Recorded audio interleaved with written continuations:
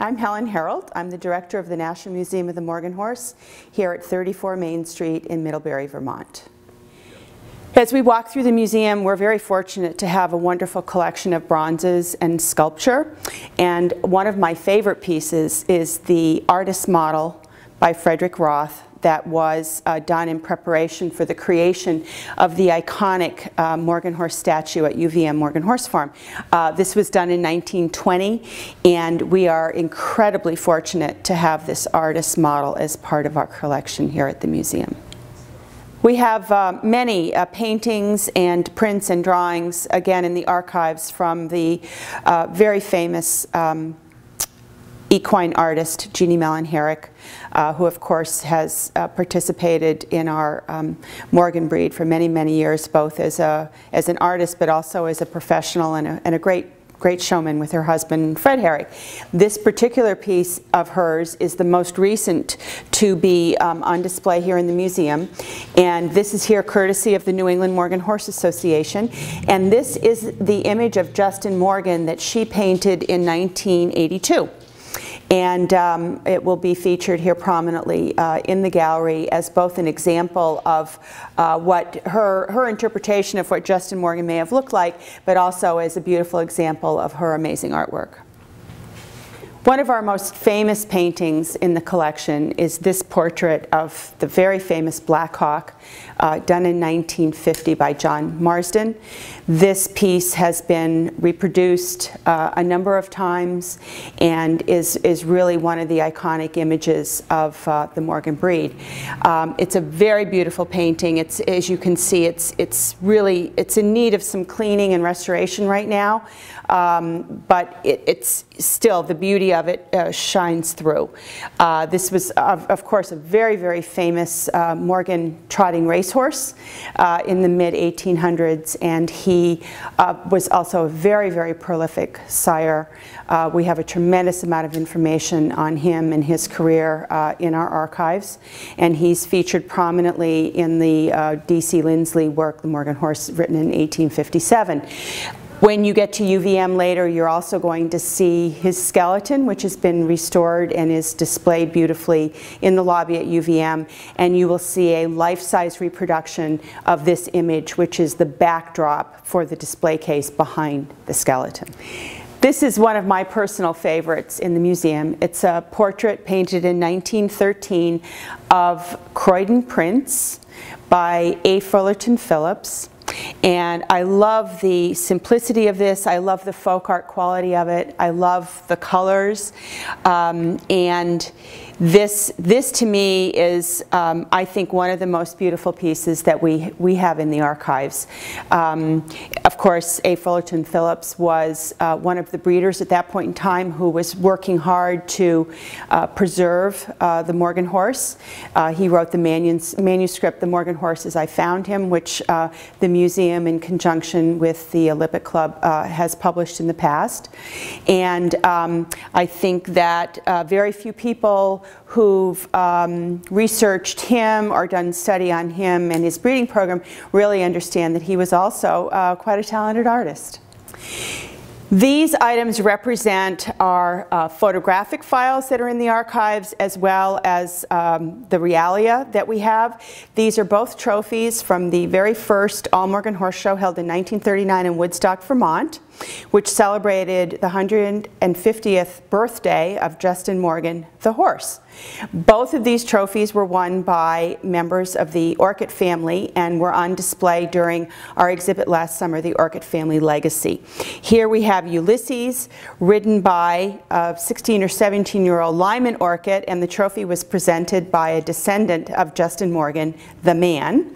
And here we have a wonderful picture of Wonder Man, who at the time was a very famous show horse who competed in Madison Square Garden, competed against saddlebreds, and was shown by a young Dr. Robert Orchid. And both of these trophies have been in the archival collection since the inception of the museum, and they represent, I think, a tradition of family involvement and an ongoing legacy of bloodlines which have been maintained today.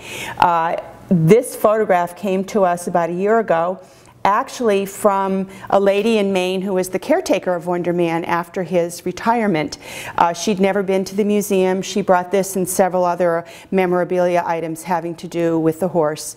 And when she saw the trophy here on display, it really brought her to tears, and she had wonderful, wonderful memories of the involvement with this particular Morgan. And I think that's an example of how many of us involved in the breed in a variety of ways have special connections to a particular Morgan, or maybe more than one. But I think her emotion was very special, and also the connection between something that's been here for many, many years and something new that came into our possession recently is also indicative of the fact that there is a common thread that continues through the decades.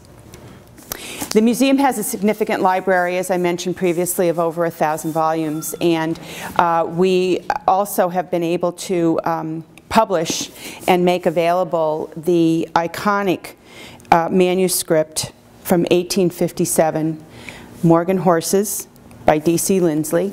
This is probably the gold standard of the history of the development of the Morgan breed during the 1800s, the first generations. This became an important source material for Colonel Battelle as he was compiling the first Morgan Registry volumes. And this is a fascinating look at the Morgan horse at that point in time, as it existed, as it was being used, and putting it in the context of the equine industry in the United States during the time that horses were used for everything. And another interesting book is the Morgan Horse Foundation, a computerized analysis written by Calvin Hansen, which we also have here. And this is a tremendous volume of information having to do with the first 4 registry volumes and the summary of the information extracted from those volumes. And for example, one of the statistics that I love on page 40, heights of registered Morgans in registry volumes 1-4. And surprisingly enough, 4,176 Morgans were 15 hands and over, and 555 were under 15 hands. This book is filled with historic information and facts that he was able to extract through a computerized analysis that really puts, I think, a different perspective on many ways we look at the general perception of the Morgan breed coming down through the ages. I'd like to take a moment to invite people to visit our museum here in Middlebury, to make an appointment to spend some time in the archives if you would like. You can also email us and call us with questions that you might have about a particular horse or a person or a farm that you may have had some connection with that you'd like to get more information on. I think that one of the things that I've enjoyed most about participating with the museum over the last several years has been the fact that I learned something new every day. I've loved Morgan horses for decades. I continue to love Morgan horses. I appreciate the gifts that personally that they've given me and how they've enriched my life, both with the horses and the people that I've met through the horses. And I just would like to suggest that there's so much more here than there appears on the surface. And I'd like to invite people to dig a little deeper, investigate the history of the breed, and find some special and perhaps new personal connections there for yourself.